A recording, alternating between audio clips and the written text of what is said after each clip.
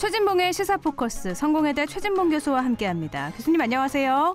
예, 안녕하십니까. 네, 검사 인사로 촉발된 갈등이 아주 심상치가 않습니다. 올해 1월 1일 근무를 시작한 신현수 민정수석, 문재인 정부 들어서 첫 검찰 출신 민정수석이었는데 한 달 반 만에 사의를 표명했어요. 왜 갑자기 사의를 표명했죠? 청와대에서 밝힌 내용을 기반으로 말씀을 드리면, 지난번에 이제 검찰 고위급 인사가 있었잖아요. 4명의 인사가 있었는데, 그 인사가 조율되는 과정에 있어서 법무부 장관과 그다음에 이제 민정수석 사이에 의견이 완전히 일치되지 않은 것 같아요. 네. 조율을 하고 있었는데, 조율하는 중간에 법무부 장관이 대통령의 재가를 받고 인사안을 발표를 했거든요. 네. 일요일날 저녁에. 그러다 보니까 이제 민정수석 입장에서는 본인이 조율을 시도하고 있는 상황에서 법무부 장관이 그 의견을 완전히 무시하고 했다는 점, 네. 그리고 본인이 요구했던 여러 사항들이 받아들이지 않은 점, 이런 점들이 아마 신현수 수석으로 하여금 사의를 표명한 배경이 되지 않았을까. 어쨌든 본인 입장에서는 문제 해결, 즉 검찰과 법무부 간의 갈등을 해결하기 위해서 노력하려는 시도를 했었는데, 그 시도가 잘 이제 적용이 안 되다 보니까 거기에 대해서 좀 실망했고, 그래서 사의를 표명한 게 아닌가, 그렇게 보여집니다. 정리를 좀 해보면 법무부와 검찰의 갈등을 조율하려고 노력을 했는데 인사 내용보다는 절차상 신 수석이 쏙 빠지고 이게 진행이 되니까 무력감을 좀 느꼈을 것 같아요. 그런데 신 민정수석이 인사와 관련해서 부탁을 했는데 또 이 박범계 법무부 장관이 들어주지 않았다는 건 이건 무슨 말인가요? 그거는 이제 확인된 건 아닌데요. 네. 이게 언론에서 보도되는 내용이라고 볼 수 있는데, 아마도 이제 제 추측한데, 왜냐면 그거는, 청와대가 확인해 준 건 아니에요. 네. 근데 언론이 보도를 했는데, 아마도 이런 것 같아요. 제 그냥 개인적인 분석을 말씀을 드려보면, 아마도 이제 법무부와 검찰의 갈등 문제를 어느 정도 봉합을 하고, 좀 좋은 관계를 형성하기 위해서 윤석열 총장이 제안했던 인사에서 요구사항을 일정 부분 좀 반영하는 인사가 이루어지길 바랐던 것 같아요. 예를 들면 윤 총장은 크게는 2가지 정도라고 말씀드릴 수 있는데, 한동훈 검사장이 지금 법무연수원에 있는데 수사를 담당하는 기관으로 발령을 내달라는 요청을 한 것 같고요. 네. 그다음에 이성윤 지검장하고 심재철 당시의 검찰국장, 그 국장의 인사를 다른 곳으로 해달라고 요청을 했는데, 이성윤 지검장 같은 경우에는 유임이 됐고요. 그리고 심재철 국장은 남부지검장으로 갔거든요. 네네. 그게 이제 법무부가 했던 결과인데, 아마 이제 그 중에 하나 정도를 신 수석이 검찰총장의 요구를 한번 들어주면 어떻겠나라고 얘기했을 가능성은 있어요. 네네. 그걸 법무부에서 받아들이지 않으면서 신 수석 입장에서는 좀 무력감을 느끼지 않았을까. 그래서 그런 문제가 갈등 요소로 작용을 해서 아마 사의를 표명한 게 아닌가, 이렇게 추측이 가능할 걸로 보여집니다. 그래서 박 장관이 민정수석을 패싱했다, 이런 얘기도 나오는 거군요.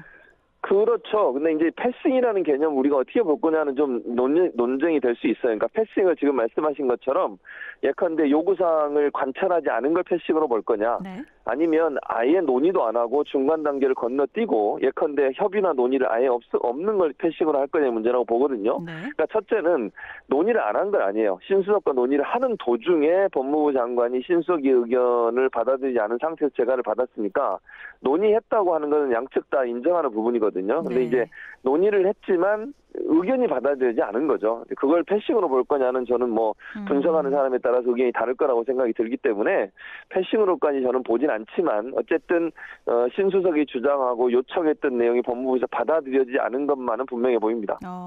박범계 법무부 장관이요, 사의 표시에 마음이 아프다, 더 소통하겠다, 이렇게 또 얘기를 했는데, 그러면 좀 따로 만나서 얘기할 가능성도 있지 않을까요?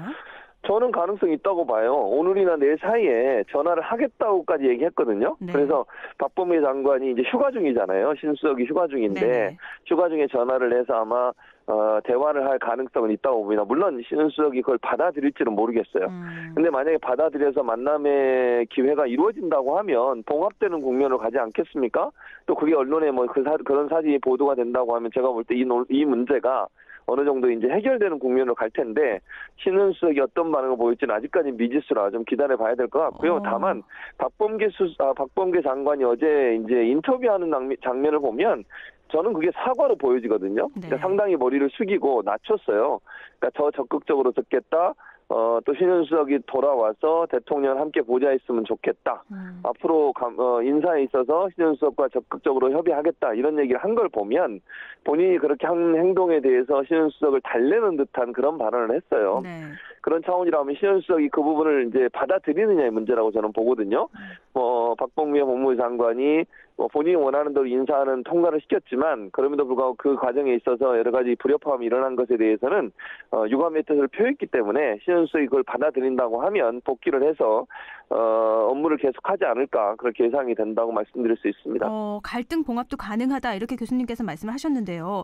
예. 또 신수석이 이틀 휴가를 낸 상황이고 월요일부터 다시 출근을 할 텐데 그러면 사의를 거둬들일 수도 있다 이렇게 보시는 거네요.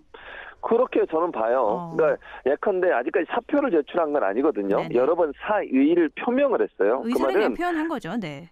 네, 그러니까 이제 대통령을 만나서 본인이 지금 상황에서 할 수 있는 역할이 한계가 있다라고 본인은 생각하는 것 같아요. 근데 저는 한 가지 더 꼭 여기서 말씀을 드리고 싶은 게 뭐냐면 언론이 지금 조명하지 않은 부분이 하나 있어요. 그게 뭐냐면 신수석이 사실 민정수석이 임명될 때 가장 중요한 역할, 또 본인이 하려고 했던 역할은 법무부와 검찰의 갈등 문제를 해결하는 거였어요. 네. 그러니까 추미애 장관과 윤석열 총장 간의 갈등 문제가 논란이 됐었기 때문에 그 부분을 어느 정도 좀 봉합을 하고 가고 싶었고 그러기 위해서 양측을 설득을 했을 거라고 저는 보거든요. 네. 그런데 지금 이제 언론에서는 특히 보수 언론을 중심으로 해서 법무부 장관과의 갈등만 조명을 하지만 저는 검찰과의 갈등도 있다고 봐요.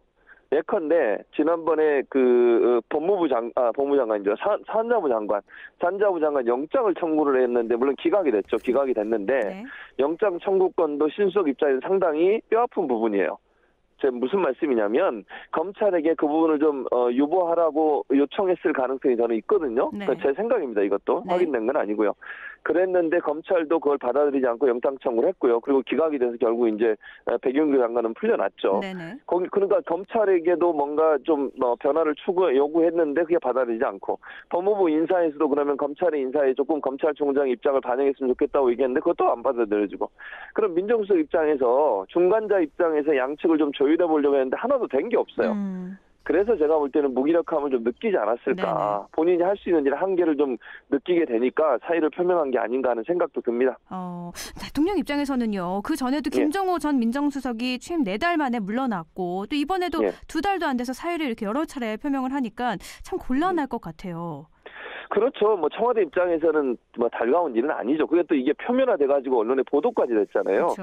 그러니까 상당히 좀 곤욕스러운 상황이에요. 그리고 이제 김종호 수석 같은 경우야 추윤 갈등에 해결을 못했다는 점 이런 점들이 이제 논란이 돼가지고 결국 물러나게 된 거고 네. 그다음에 이제 그 검찰총장 징계가 결국 이제 안 됐잖아요. 그런 부분들이 이제 논란이 돼서 물러난 건데 신현 수석까지 이렇게 2달도 안 된 상태에서 이런 상황이 되니까 대통령 입장에 상당히 부담스러운 상황이 맞고요. 청와대 입장에 상당히 부담스러워요. 그리고 신현 수석이 지금 만약 물러나게 되면 여러 가지 이제 정치적 논란이 일 수 있는 요소가 있거든요. 네. 그래서 가능한 한 대통령이나 청와대 입장에서 신현 수석이 돌아오길 바라는 것이고요. 신현 수석도 그런 부분들을 어느 정도 인지하고 있을 거라고 봅니다. 그리고 본인이 의사를 적극적으로 표현하는 방식이 이런 방식이었고 또 법무부 장관도 그 부분을 어느 정도 수용하고 사과의 뜻을 표했기 때문에 여지는 아직까지 남아있다고 봐요. 물론 본인의 의지가 워낙 확고한 걸로 알려지고 있지만 네. 지금의 여러 정치적 상황을 봤을 때 신수석이 돌아올 수 있는 부분도 아직 존재하고 있다. 그래서 이거는 월요일 날 어떤 반응이 나올지 좀 지켜봐야 된다고 봅니다. 또 일각에서는요. 추윤 갈등에 이어서 계속 이렇게 갈등이 이루어지고 있으니까 정부가 좀 대통령이 좀 노선을 확실하게 해야 된다. 검찰 개혁에 대한 검찰 개혁은 완수하겠지만 윤석열 총장하고는 잘 협의하겠다. 이거는 애초에 말이 안 된다. 이런 얘기도 있거든요. 아니 저는 그렇게 생각하지 않습니다. 왜냐하면 네. 윤 총장도 분명히 검찰 개혁에 대해서 동의했어요. 네. 본인도 검찰 개혁을 해야 된다고 생각한다고 공개적으로 얘기를 했기 때문에 네네. 물론 검찰 개혁 방향성에 있어서 약간의 차이는 있을 수 있어요. 그러니까 기존의 검찰의 모습을 계속 갈 수 없다는 것은 검찰도 어느 정도 인정하고 있다고 저는 보거든요. 네. 다만 그걸 어느 정도 수준까지 할 거냐의 문제는 검찰과 법무부가 의견이 다를 수 있죠. 예컨대 하나만 얘기하면 지금 이번에 중대범죄수사청 같은 경우도 마찬가지 개념이라는 생각이 들어요. 수사권을 완전히 뺐을 거냐. 네. 그러니까 검찰이 수사권을 완전히 없애고 기소만 할 수 있도록 할 거냐 하는 부분에 있어 논란이 됐었는데 민주당이 가닥을 잡았어요. 일부 민주당 의원들은 수사를 완전히 못하게 하자라고 법을 제안을 했지만 민주당 안은 또 법무부 입장은 그렇게 가지 않았어요. 다시 말씀드리면 검찰이 6대 중대범죄에 대해서는 검찰이 계속 수사를 할 수 있도록 놔두는 게 맞다라고 얘기하고 있고 네. 신현 수석도 거기선 동의하고 있는 상황이에요. 그러니까 검찰 개혁이라는 큰 틀은 제가 볼 때 검찰이 물론 뭐 그게 달갑든 달갑지 않든 어느 정도 동의한다고 봐요. 다만 강론에 들어가서 어느 정도까지 그런 검찰 개혁을 할 거냐의 문제에 있어서는 저는 이제 이견이 있을 수 있다고 보거든요. 네. 그건 뭐 어디든 개혁을 하게 되면 개혁을 당하는 상대 입장에서는 거기에 100% 동의할 수 없죠. 그래서 이거는 조율하며 맞춰가는 문제이기 때문에 대통령이 뭐 오래 갖고 있던 생각, 그리고 대통령이 지난번에 신년 기자회견에서 윤 총장은 문재인 정부의 검찰총장이라고 말을 통해서 다시 한번 신입을 한 거예요. 그렇다고 하면 제가 볼 때 큰 갈등의 요소는 해소됐다고 봐요. 네. 다만 강론에 들어가서 어떤 부분을 할지는 계속 논의하면서 가면서 진행이 될 거라고 봅니다. 네네. 뭐 방향은 유지하되 방법을 조금 개선해야 된다라는 건데요. 예. 뭐 신수석이 돌아오고 나서 이 이야기는 다시 이어가 보도록 하고요. 또 현재 예. 또 하나 논란이 되고 있는 게 바로 이명박 정부 국가정보원의 불법 사찰 의혹입니다. 당시 예. 국정원이 국회의원, 언론인, 뭐 연예인 할 것 없이 약 1000여 명을 대상으로 불법 사찰을 했다는 내용이잖아요. 예, 그렇죠. 이건 좀 놀라운 내용이죠, 네네. 사실은. 그 불법 사찰이라고 하는 게 개인의 사생활을 사찰한 것이고 또 그 사찰한 이유가 뭐겠습니까? 저는 뭐 그냥 추측해 보면요, 그 사찰된 내용 가지고 협박하려는 거 아닙니까? 또는 정부에 반대하는 내용이나 아니면 정부에 좀 부정적인 생각을 갖고 있는 사람들을 압박하고 또는 뭐 그 사람들이 하는 일에 뭔가 피해를 주려는 의도를 갖지 않으면 뭐하러 불법 사찰을 하겠습니까? 네네. 불법이란 말이 뭡니까? 법을 지키지 않은 사찰이잖아요. 이건 명백하게 불법적인 일이고요. 그것도 민간인들에게 이런 불법 사찰을 자행했다고 하고 또 심지어는 여야 가리지 않고 국회의원 299명 모두를 사찰했다는 거 아닙니까? 네네. 어떻게 이런 일이 일어날 수 있는지 저는 정말 이해를 할 수가 없고요. 이명박 정부가 이런 일을 했다는 것은 비판받아 마땅하다고 봅니다. 네. 그리고 제가 볼 때는 1000여 명이라는 분 중에 본인이 사찰당한지도 모르고 있는 분도 많을 거예요. 그렇겠죠. 지금 공개가 안 되는 바람에. 네네. 이것도 이제 국회에서 특별법을 만들든 아니면 정보위원회에 3분의 2가 동의하면 이제 공개를 하게 돼 있는데 어쨌든 저는 공개돼야 된다고 보고요. 이런 잘못된 행동은 바로잡고 가야 되고 또 하나는 이게 지금 파일이 계속 국정원에 남아있다는 거 아닙니까? 네. 그 불법 사찰한 내용 본인도 알지 못하는 본인의 사생활이 어느 정도 수집이 돼가지고 그게 국정원이 갖고 있다고 하면 나중에 어떻게 이게 악용될지 모르는 거예요. 그러면 특별법 만들어서 이 파일 반드시 본인에게 통보하고 없애야 됩니다. 네. 그래야 이런 일들이 더 이상 자행이 안 될 텐데 그런 부분에 대해서 국회가 적극적으로 나서는 게 필요하지 않겠나 그런 생각이 듭니다. 네, 그래서 정보 공개 청구를 하기도 했는데요. 또 사찰을 했다는 것도 불법이지만 그 내용을 보면 국정 기조에 역행하는 지자체장에 대해서 제어 방법까지 명시가 되어 있어서 더 충격적이기도 하거든요. 그렇죠. 지금 배진교 정의당 의원이죠. 네네. 그분이 구청장을 했는데 구청장 할 당시에 그 사람이 했던 행동들에 대해서 뭐 도청이나 이런 것까지 다 했다는 건데 네. 이게 얼마나 정말 그 우리 개인의 사생활이 정부 기관에 의해서 얼마나 많이 노출되어지고 또 수집됐냐 불법적으로 하는 부분을 보여주는 사례예요. 네. 그리고 아니 생각을 해보십시오.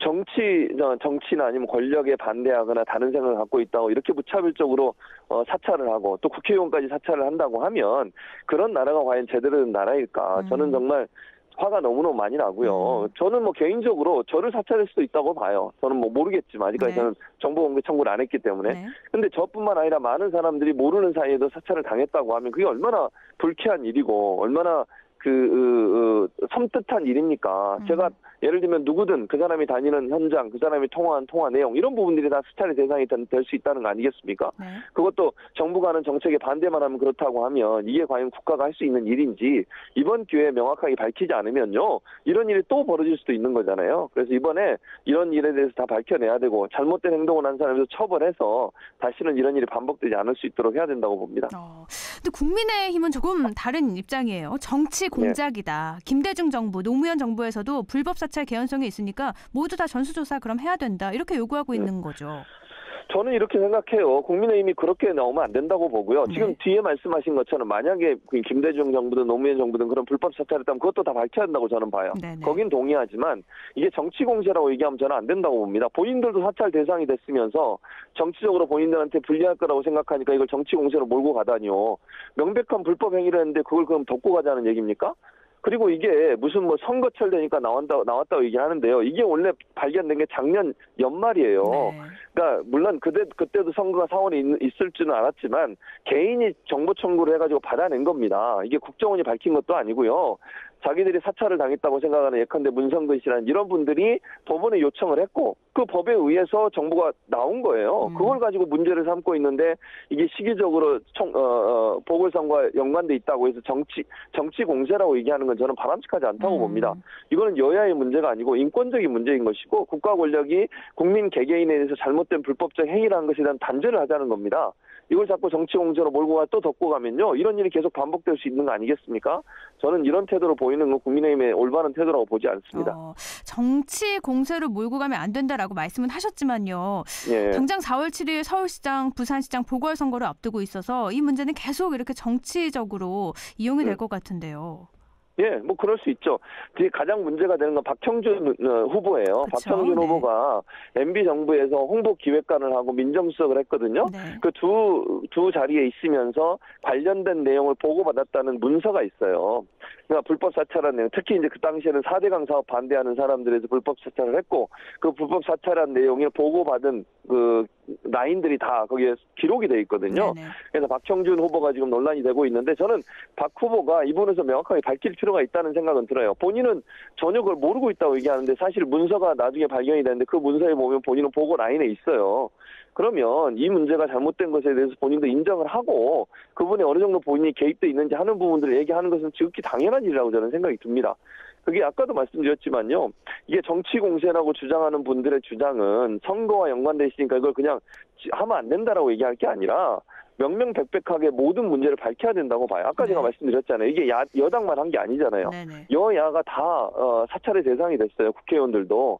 그럼 본인들도 피해자인데 피해자 입장에서 이걸 그냥 정치 공세라고 얘기하지 말고 가자고 얘기하는 게 바람직한 거냐. 저는 그렇게 생각하지 않습니다.